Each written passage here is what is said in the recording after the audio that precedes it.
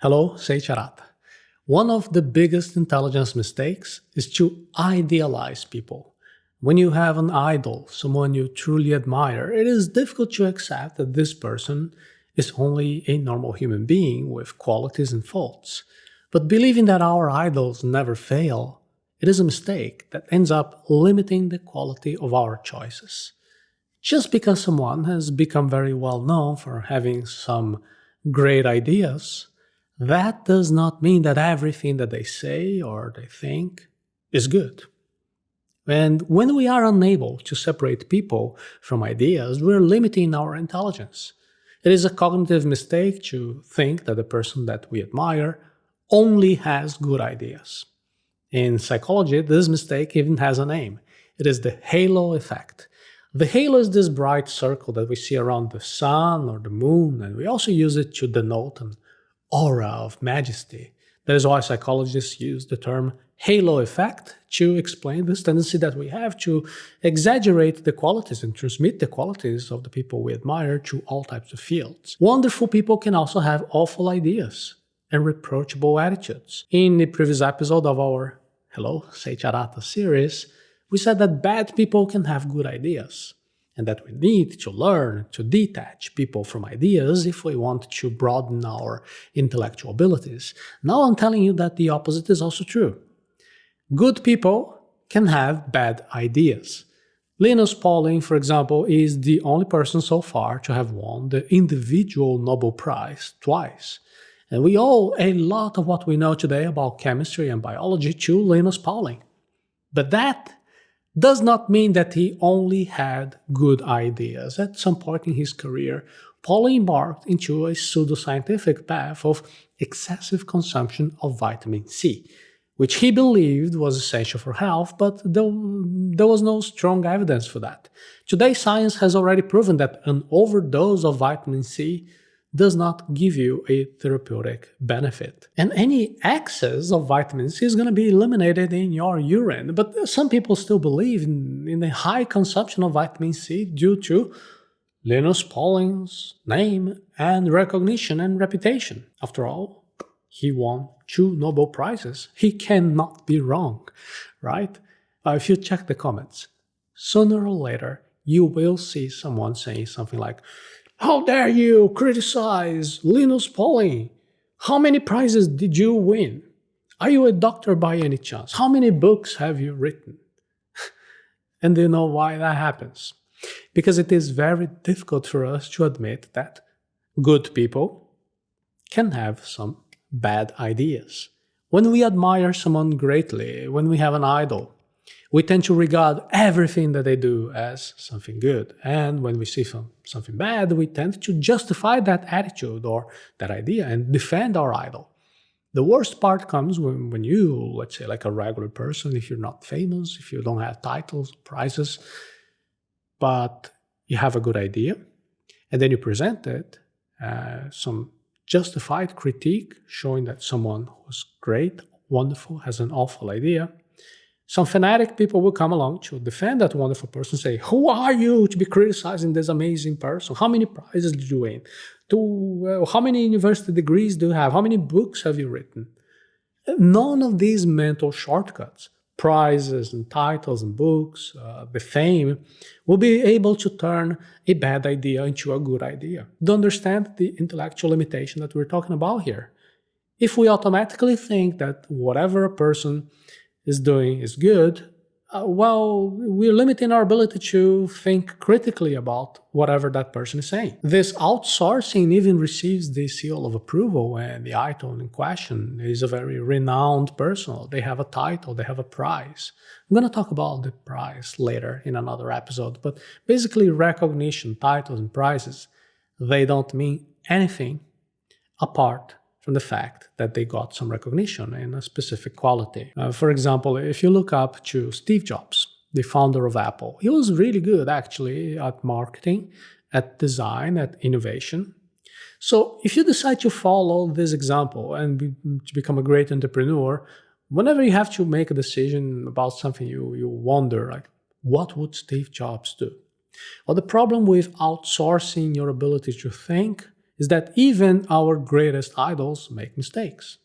Steve Jobs, for example, was well known for mistreating some of his employees, for being too demanding, and even got to the point of abandoning his own daughter because of his obsession with work. So that is why you cannot let yourself to be deceived by the halo effect. You cannot extend your idol's qualities to all areas of life just because they were good at one thing.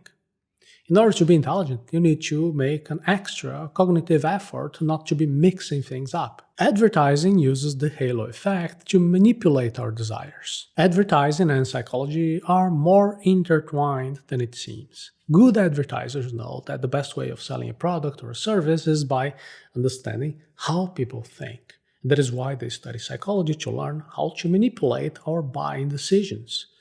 Think about it. Why do advertisers use famous people to sell products that have nothing to do with their field of work? Why do famous actors and actresses appear in those car ads? What do they know about vehicles?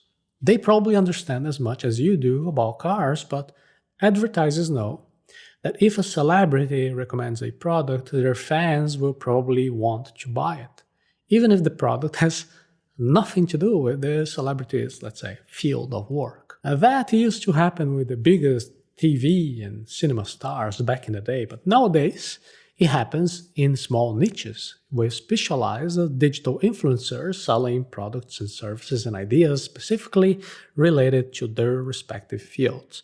And when you don't make the cognitive effort to separate people and ideas, you can end up being manipulated into doing something that you don't really want to do. It is essential that we humanize our idols to understand our own qualities. Idealizing other people also causes us to feel that we are inferior. If you follow a celebrity or an influencer who spends the entire time posting the highlights of their lives in social media, you start to think that they are kind of perfect. And by comparison, that you might start to think that your life is flawed, is bad. Your idol is wearing perfect clothes and enjoying a great experience with photos taken by professional photographers that is often edited with lots of filters.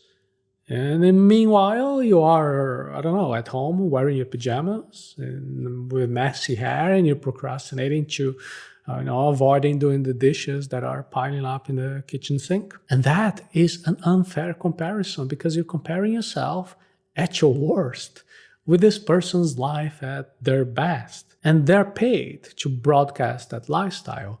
But if you look closely into anybody's life, you will also find that they have so many flaws. So in a similar way, if you decide to inspect and look into all the ideas of people that you consider to be great people, good people, you'll surely discover several bad ideas. Aristotle said that women served only to make babies. Mother Teresa believed that the poor people deserved to suffer. Mahatma Gandhi maintained relationships with several women, including married women. Abraham Lincoln had racist ideas. Walt Disney was prejudiced against Jews, and John Lennon was violent with his children. Before the internet, all these idols could spend their whole lives with their image kind of intact. But today it is very difficult for anyone to be able to hide these faults for a long time. It is normal for good people to have bad ideas. And that is why, by humanizing our idols, we can feel better. We can see that they are human beings just like us, with qualities and with faults. This way, it makes it easier to not make the mistake of transferring a specific quality that they have to all areas of life, the halo effect. And you can humanize any idol by researching their life and their work. At university, students, particularly those in the studies of humanities, they learn that they must read the complete work of any thinker to not only find good ideas, useful ideas, but also ideas that are worth deserving, some criticism. But you don't need to embark on scientific research in order to discover the faults of someone that you greatly admire. Just leave aside that emotional attachment. Use reason. Do some internet search and just be conscious that even the best people in the world have terrible ideas. Stop idealizing people. Just because someone has become very well known for doing some good things or having some great ideas, that does not mean that everything that they do is amazing or whatever they say is good. Just like bad people can have some good ideas, good people, people you admire, can also have bad ideas. Do not let the halo effect create the illusion that a specific quality makes someone infallible in all areas. If you want to expand your intelligence, find out more about each person's qualities and faults, even in the people that you admire. In that way, you'll not only be able to learn about their success, but also from their mistakes. And as a bonus, you'll also be able to realize that your idols are not so different from you. And if you're interested in expanding your intelligence this way, I invite you now to watch a special class from Intelligence Arata Academy by accessing arata.se/intelligence.